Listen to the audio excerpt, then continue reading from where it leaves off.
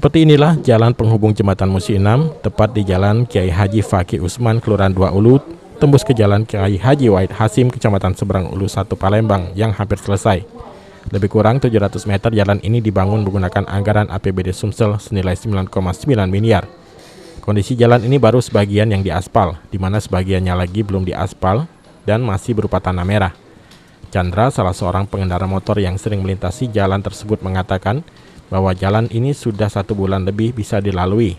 Namun sebagian tanah merah yang belum dibangun sering membahayakan pengendara, karena ketika hujan, jalan tersebut menjadi licin. Chandra berharap jalan penghubung tersebut segera dibangun. Chandra, Kak. Kita dari mana, Kak? Dari Tanggo Buntung, Kak. Nah, kemana tujuannya? Nak ke Kertapati sini. Lah lama kita galak lewat sini, Kak? Iya, sore, Kak. Enggak, ini telah dibuka jadi lebih cepat kita. Bisa lewat sini, tidak lagi muter-muter kemana-mana sana. Oh, jadi ini sudah berapa lama ini, Kak, dibuka? Ini kira-kira 2 bulanan kalau nggak salah. Hampir 2 bulanan ya. Tapi masih ada yang belum diaspal itu, Kak?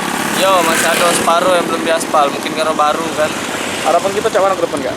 Ya, biar cepat selesai jalan ini. Jadi takutnya juga kalau hujan becek banyak yang nyampak yang di situ tuh. Semoga cepat selesai lah.